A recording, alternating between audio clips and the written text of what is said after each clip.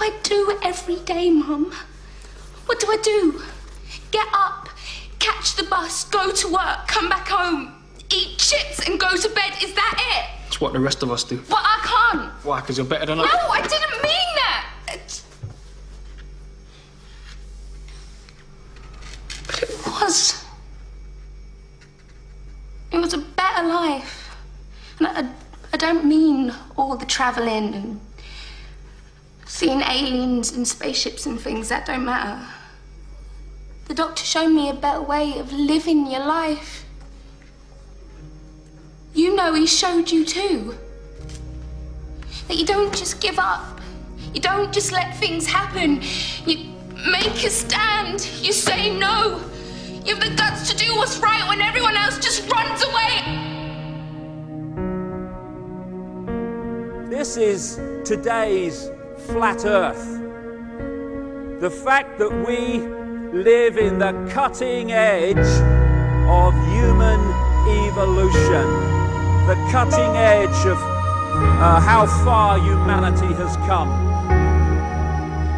turning a planet of enormous beauty into a shithole ain't the cutting edge of human evolution.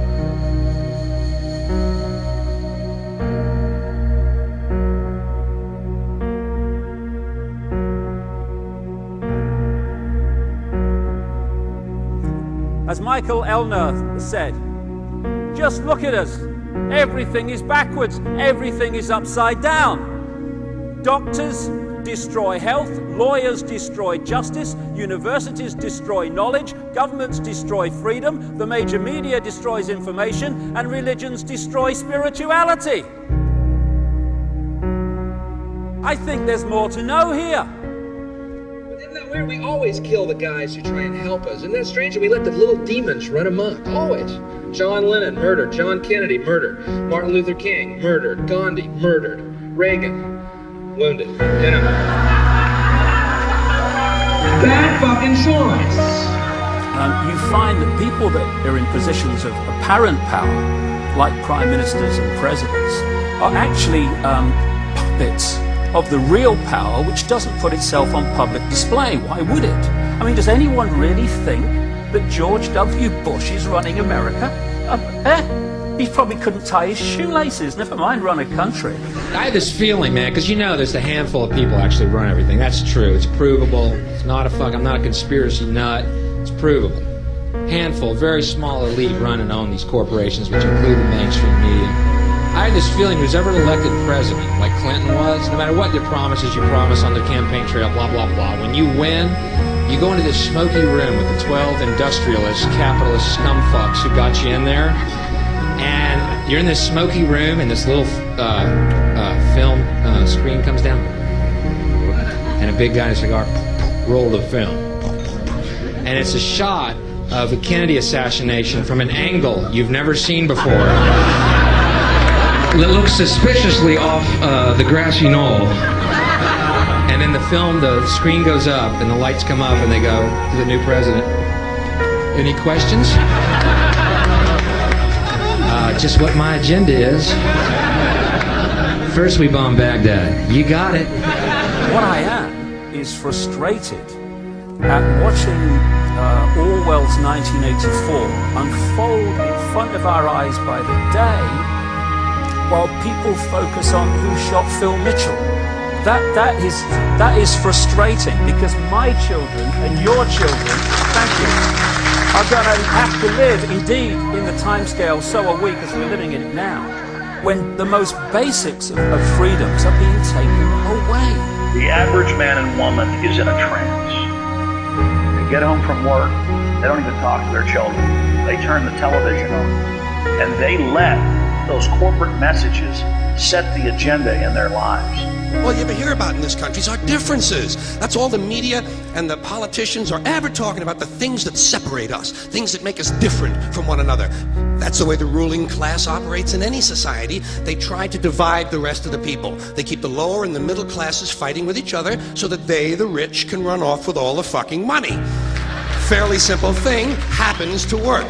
You know, anything different, that's what they're going to talk about. Race, religion, ethnic and national background, jobs, income, education, social status, sexuality, anything they can do, keep us fighting with each other so that they can keep going to the bank. Divide and conquer is the motto. And as long as people continue to see themselves as separate from everything else, they lend themselves to being completely enslaved. We've all seen vast herds or flocks of sheep controlled by a sheepdog and an authority figure called a shepherd.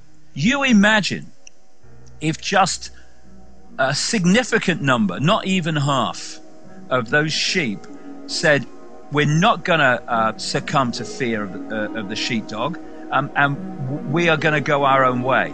And those sheep start going in their own way, they start expressing their uniqueness, and they stop acquiescing with the authority figure and succumbing to fear.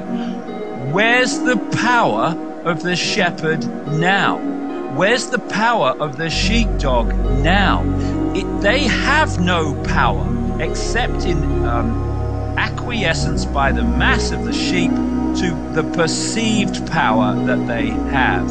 We need to start seeing humanity in these terms very, very quickly. I've seen these ants do great things. And year after year, they somehow manage to pick food for themselves and you. So who is the weaker species? Ants don't serve grasshoppers. It's you who need us.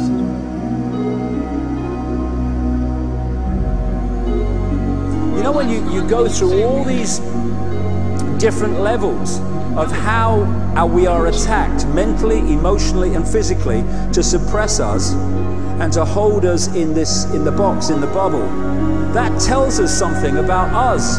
What people don't realize. Oh, it's negative. No, it's not negative. It's extremely positive, if you want to use those terms, because it's telling us who we really are. The level of suppression on multi-levels, in multi-ways, that they've had to go to and continue to go to hold us in servitude shows the potential of genius and magnificence that we really are. And that's our natural state. This is the difference between the power of our Creator and anything else, particularly evil. That you can go into a pitch black room full of evil, full of darkness, and light a little candle, and instantly that darkness flees. But you can't do the opposite. You can't go into a well-lit room full of truth and wisdom and righteousness and joy and health and harmony with the universal power. You can't take any amount of darkness and go into that well-lit room and have any effect whatsoever. That is the metaphor which I frequently think of when I think that I'm not empowered. It is the greatest lesson for me, and I think for everybody else, to know that we're on the winning side and that we're winning. Today, a young man on acid realized that all matter is merely energy condensed to a slow vibration, that we are all one consciousness experiencing itself subjectively. There is no such thing as death. Life is only a dream, and we are the imagination of ourselves. Here's Tom with the weather.